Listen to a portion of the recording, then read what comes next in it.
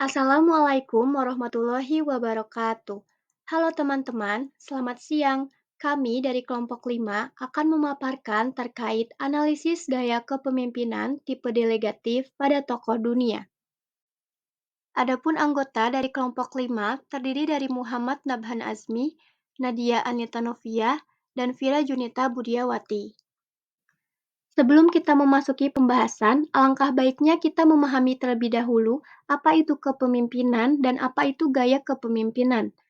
Kepemimpinan merupakan suatu proses yang melibatkan pengaruh untuk menetapkan tujuan organisasi, menginspirasi perilaku pengikut untuk mencapai tujuan tertentu, serta mengarahkan perubahan dalam kelompok dan budayanya.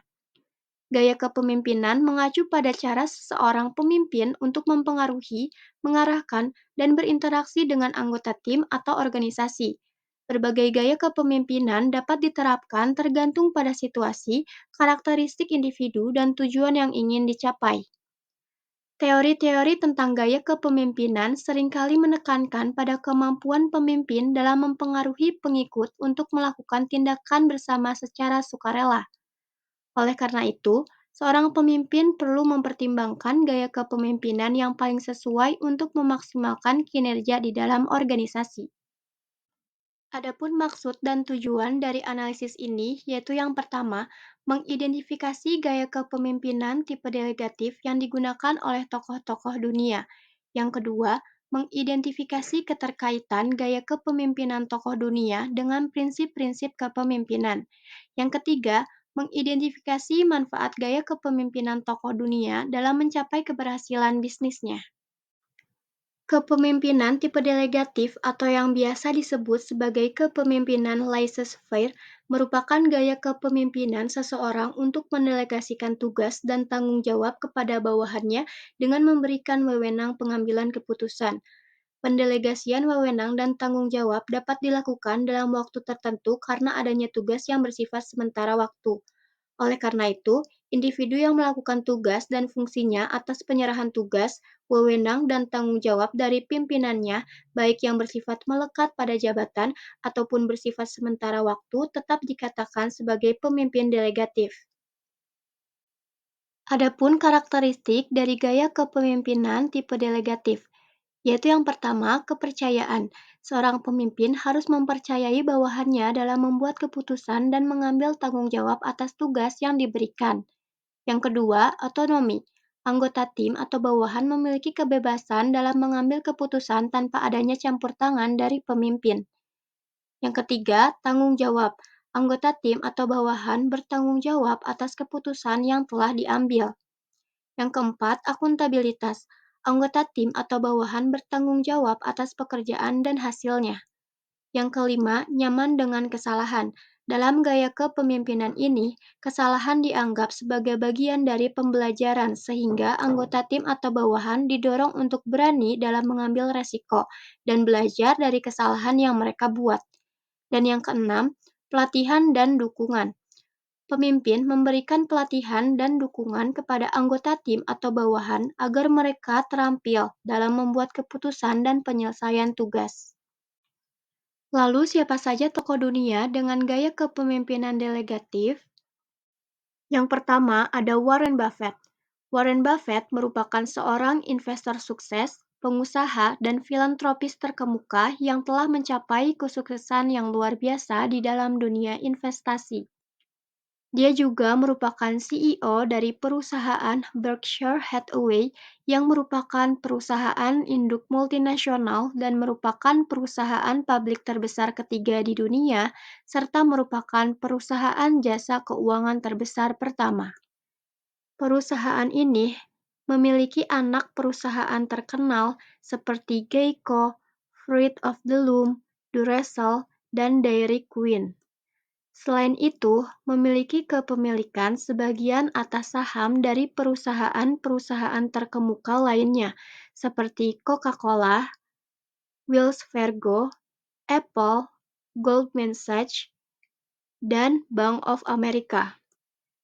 Berkat kesuksesannya, dia dinobatkan sebagai orang terkaya nomor 6 di dunia, berharta 118,3 miliar US dollar atau sekitar Rp1.827,6 triliun. Warren Buffett menggunakan gaya kepemimpinan delegatif.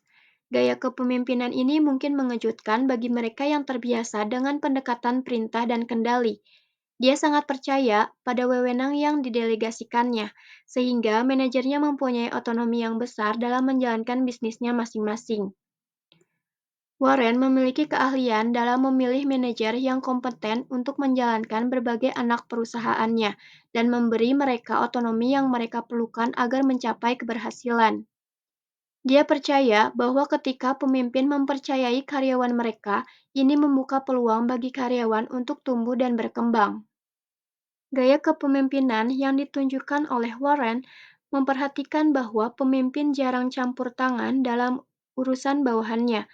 Mereka memberi kebebasan kepada karyawan untuk mengeksplorasi dan mengatasi tantangannya sendiri, sehingga mereka dapat belajar dari pengalaman mereka sendiri, yang pada akhirnya dapat meningkatkan rasa pencapaian diri bagi pekerja. Selain itu, karyawan diberikan kewenangan untuk membuat keputusan sendiri oleh pemimpin. Mereka diberi kepercayaan untuk mengambil langkah tanpa harus selalu meminta petunjuk dari atasan mereka. Walaupun pemimpin tidak terlibat langsung dalam tugas-tugas karyawan, mereka tetap menyediakan sumber daya yang diperlukan untuk kesuksesan mereka. Warren mendorong karyawan untuk menggunakan sumber daya tersebut secara efisien. Warren dalam memimpin tidak mengandalkan daftar peraturan atau buku aturan untuk karyawannya, melainkan ia memperkenalkan prinsip-prinsip perilaku. Alih-alih mendasarkan karyawannya pada peraturan dan penilaian, ia malah mendasarkan karyawannya pada seberapa besar ia dapat mempercayai karyawan untuk melakukan pekerjaan dengan baik. Dia juga menerapkan pemberian penghargaan kepada anggota tim yang bekerja baik. Buffett menekankan pentingnya memberi apresiasi kepada setiap anggota tim, bahkan hanya dengan pujian. Dia mendorong pemimpin untuk memotivasi karyawan mereka, karena ini dapat meningkatkan semangat kerja mereka. Adapun manfaat dari gaya kepemimpinan Warren Buffett. Yang pertama, menonjolkan keahlian tim kerja. Di bawah kepemimpinan Warren Buffett, setiap anggota berpotensi untuk memiliki motivasi diri yang tinggi, sehingga dapat bekerja secara mandiri dan berusaha untuk menjadi individu yang terampil, sehingga dapat berkontribusi bagi tim kerja di mana ia ditempatkan. Kedua, menciptakan lingkungan kerja yang penuh motivasi. Dengan praktik pendelegasian yang dilakukan oleh Warren Buffett, secara bersamaan kontribusi setiap individu akan menjadi lebih dihargai. Dengan begitu, para bawahan akan merasa bahwa setiap usaha mereka benar-benar diperhatikan oleh atasannya. Keterkaitan dengan prinsip-prinsip kepemimpinan Warren Buffett. Yang pertama, komunikasi yang efektif. Buffett dikenal karena kemampuannya untuk menyampaikan gagasan secara singkat, jelas, dan tanpa menggunakan terminologi yang berlebihan. Hal ini tidak terlepas dari pemahaman yang mendalam tentang industri investasi dan keuangan. Komunikasi yang efektif memungkinkannya untuk berinteraksi dengan baik dengan para pemangku kepentingan, karyawan, dan memperkuat hubungan dalam bisnisnya.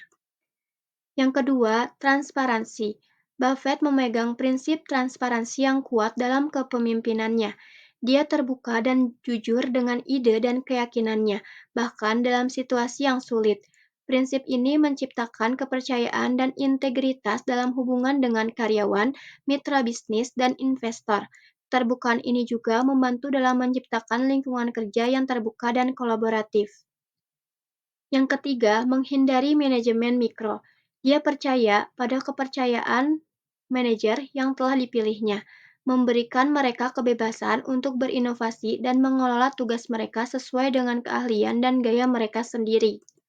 Dengan memberikan otonomi kepada timnya, Buffett memungkinkan mereka untuk berkembang dan meraih hasil yang lebih baik.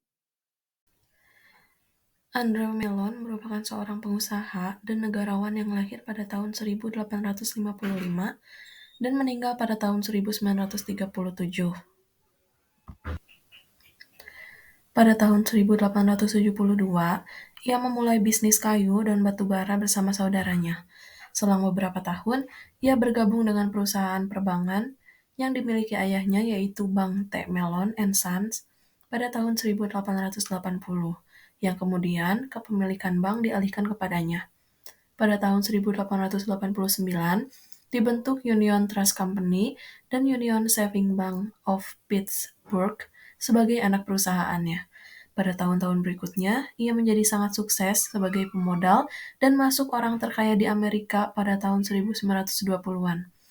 Tak hanya menjadi pengusaha, Mellon pun dilantik menjadi Menteri Keuangan pada tahun 1921 oleh Presiden Amerika ke-29, yaitu Warren G. Harding. Ia menjabat sebagai Menteri Keuangan di bawah 3 kepresidenan, yaitu Warren G. Harding, Calvin Coolidge, dan Herbert Clark Hoover. Saat menjadi Menteri Keuangan, ia fokus pada penyeimbangan anggaran federal, pengurangan hutang, penurunan pajak bisnis. Selain itu, dalam masa jabatannya, ia memiliki rencana Mellon yang kemudian disahkan oleh Kongres pada tahun 1924. Rencana tersebut yaitu memangkas pengeluaran pemerintah, menerapkan tarif lebih tinggi, serta mengurangi pajak pada bisnis dan individu kaya. Rencana Mellon ini diusung dengan tujuan mendorong pertumbuhan ekonomi dan ekspansi bisnis, serta membantu mendorong pasar saham. Kemudian, pada akhirnya ia mengundurkan diri sebagai Menteri Keuangan pada tahun 1929 setelah jatuhnya pasar saham. Lalu pada tahun 1932, ia diangkat menjadi duta besar untuk Inggris Raya dan hanya bertahan selama 1 tahun. Lalu selanjutnya, di sini ada gaya kepemimpinan dari Andrew Mellon. Gaya kepemimpinan yang dimiliki oleh Andrew Mellon yaitu laissez-faire atau kepemimpinan delegatif yang dapat dilihat dari banyak aspek bisnis yang dimiliki Mellon. Gaya kepemimpinan Mellon cenderung memberikan kepercayaan dan otonomi kepada bawahannya dalam mengelola setiap detail kepentingan bisnis yang dimilikinya.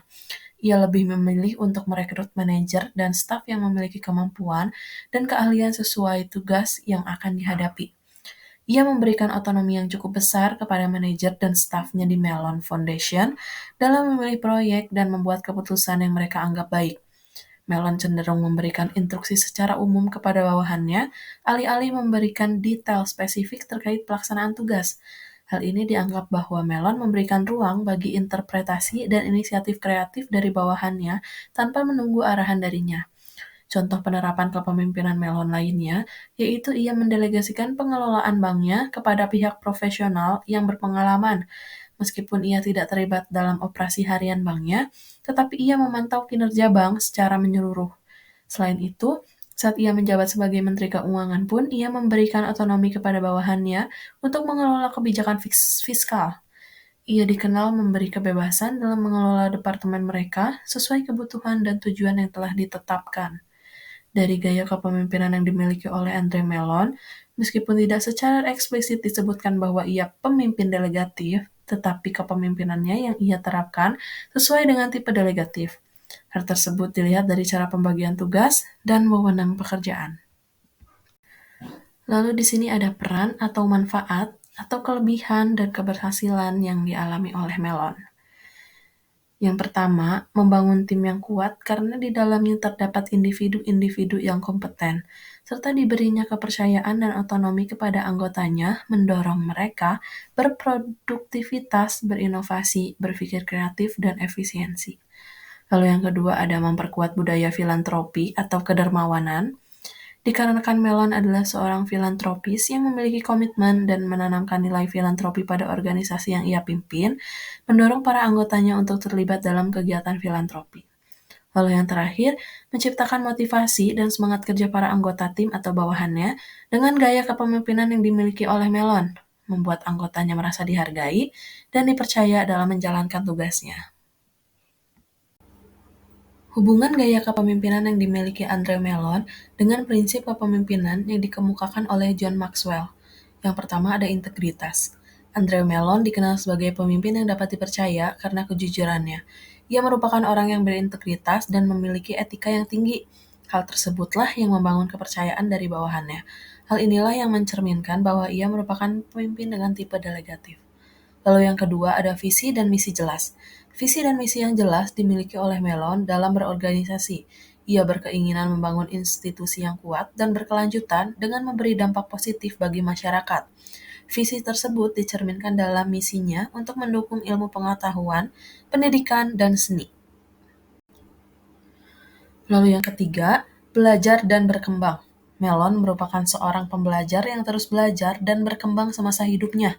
Hal ini dapat dilihat dari usaha yang ia jalankan, terus-menerus meningkat sampai menjadi orang terkaya di Amerika pada tahun 1920-an. Selain itu, ia merupakan orang yang mudah beradaptasi dengan perubahan yang ada dan terbuka terhadap ide baru yang diusungkan oleh bawahannya. Lalu yang keempat, pemberdayaan. Pemberdayaan ini dapat tercermin dari pendelegasian tugas dan otonom kepada bawahannya dalam membuat keputusan, sehingga bawahannya mempunyai rasa kebersamaan dan merasa dianggap dalam setiap tugas dan keputusan yang dibuat. Lalu yang terakhir yaitu komunikasi efektif. Melon merupakan seorang komunikator, dia mampu menjelaskan visi misinya dengan jelas dan mampu menginspirasi orang lain.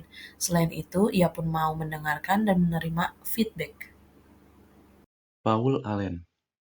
Paul Allen merupakan investor dan orang dermawan Amerika paling dikenal sebagai salah satu pendiri Microsoft Corporation, pengembang terkemuka sistem, dan aplikasi perangkat lunak komputer pribadi. Allen dibesarkan di Seattle, tempat ayahnya bekerja sebagai direktur asosiasi di perpustakaan Universitas Washington. Pada tahun 2004, bersama Patton, ia mendirikan Museum Fiksi Ilmiah Allen dan Hall of Fame serta mendanai Spaceship One, yang membuat sejarah sebagai usaha sipil pertama yang didanai swasta keluar angkasa. Gaya kepemimpinan Paul Allen dikenal sebagai visioner dan antusias. Dalam beberapa dekade setelah bertugas di Microsoft, ia terutama dipandang sebagai pemimpin laissez-faire selama berada di Microsoft, yakni Allen kurang terlibat dalam menjalankan bisnis dibandingkan salah satu pendirinya, Bill Gates. Menurut Allen, dia tidak perlu terlibat sementara Gates mendorong orang lain sekuat dia mengemudi sendiri. Maka, Allen mengambil pendekatan yang lebih lepas tangan karena membiarkan Gates memimpin tampak lebih mudah. Pendekatan energi Gates terhadap kepemimpinan menyebabkan Allen mundur dan semakin enggan mengambil tugas kepemimpinan tersebut. Hal ini pada akhirnya memudahkan Gates untuk menegosiasikan kembali kepemilikan Microsoft dengan pembagian 64-36 yang menguntungkannya. Peran, manfaat, atau kelebihan dari kepemimpinan laissez-faire adalah tidak mencampuri pilihan orang lain. Setelah keluar dari perusahaan Microsoft Word, Paul Allen memulai investasi di berbagai bidang real estate, eksplorasi ruang angkasa, dan media. Namun, properti yang paling menonjol adalah tim olahraga yang dengan saham mayoritas di waralaba Portland Trail Blazer NBA dan waralaba Seattle Seahawks NFL, serta klub bola di Liga MLS. Meskipun status sebagai pemilik membuat persetujuannya terhadap perdagangan menjadi hal penting, namun Paul Allen tidak mencampuri urusan penting bagi para pelatihnya, karena tunduk dengan keahlian para pelatih. Hubungan gaya kepemimpinan dengan prinsip kepemimpinan ialah mendorong keterampilan. Paul Allen merupakan seorang pemilik saham investasi di beberapa perusahaan, namun sebagai pemimpin delegatif, ia tidak pernah mencampuri urusan orang yang lebih ahli dalam bidangnya, karena keputusan terbaiknya ada pada orang yang mengerti pada bidang tersebut.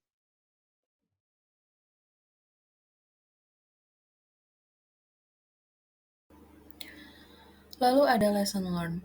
Dari keseluruhan tokoh yang telah dipilih, ketiga tokoh tersebut merupakan pemimpin dengan gaya kepemimpinan delegatif. Ketiga tokoh yaitu Warren Buffett, Paul Allen, dan Andrew Mellon sama-sama memberikan tugas dan otonom kepada orang yang memiliki keterampilan memadai untuk menjalankan usahanya.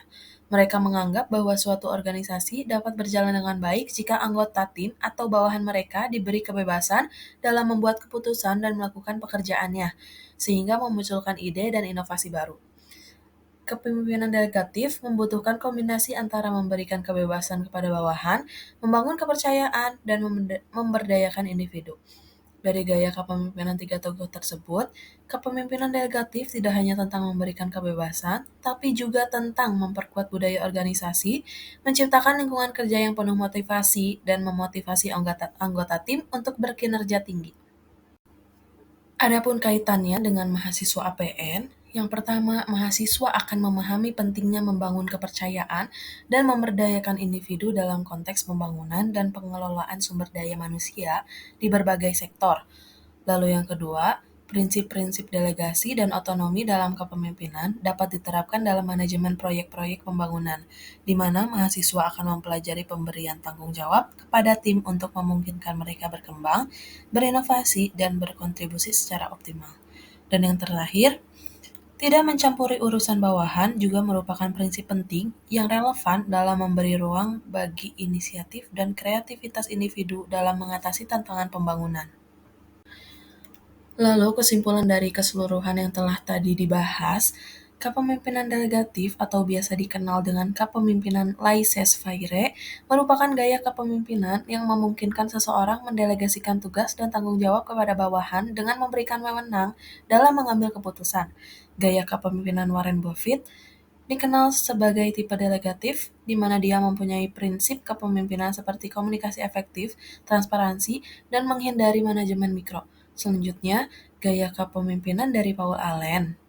Paul Allen sendiri mempunyai prinsip kepemimpinan dengan cara mendorong keterampilan dari orang tersebut. Sebab Paul Allen tidak ingin mencampur tangan yang bukan di bidangnya. Terakhir, gaya kepemimpinan Andre Mellon yang merupakan prinsip kepemimpinan seperti integritas, visi dan misi jelas, belajar dan berkembang, pemberdayaan, dan komunikasi efektif.